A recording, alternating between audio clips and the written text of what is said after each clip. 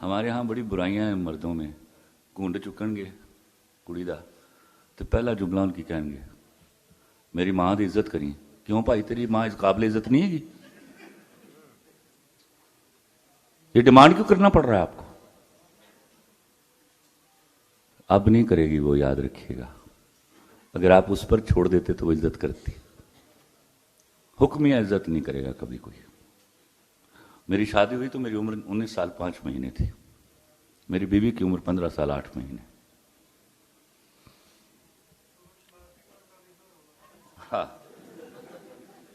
शिनाख्ती card नाम भी मसला भी होंगे तो मैं कर लेनी सी जे।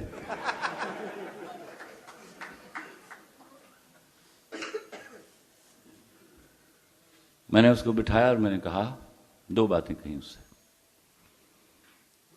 मैंने कहा मुझ पर हुकूमत करना, बस साल के 4-5 दिन जड़े ना बिहेव लाइक अ स्लेव, मेरी भी इज्जत रह जाए ना।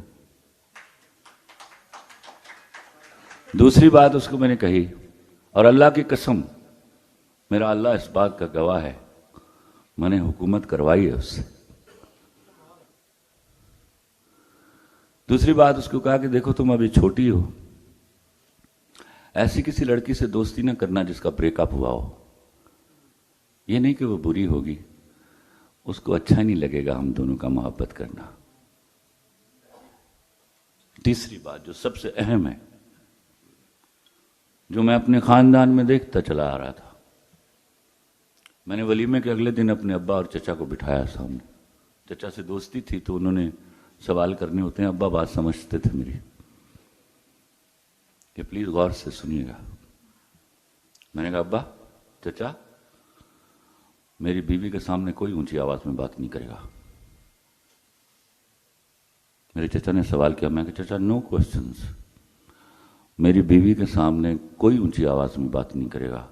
इससे कोई गलती हो जाए मुझे बताइएगा, और मैं इंसाफ पसंद आदमी हूं। आप में से कोई उसको कुछ नहीं कहेगा। उसका नतीजा क्या हुआ? मेरे खानदान के बुजुर्गों से मेरी बीवी के आइडियल ताल्लुकात थे। आप जब उसको कहते हो ना वो मेरी मां की इज्जत करी, तो आप इना वे बता रहे होते हैं कि इस काबिल नहीं है ना मेरी मां ना मेरा प्यो। भाई अगर वो काबिल इज्जत हैं तो वो करेगी इज्जत। तो जंगल जो फाड़ के ले आए हो, पागल खाने जो इंपोर्ट कराएगी। ये फिक्रा कभी बीवी ने कहा है उस वक्त आपको कि मेरे मां बाप की भी इज्जत करना? जो हालात तवक्को नहीं होती उसको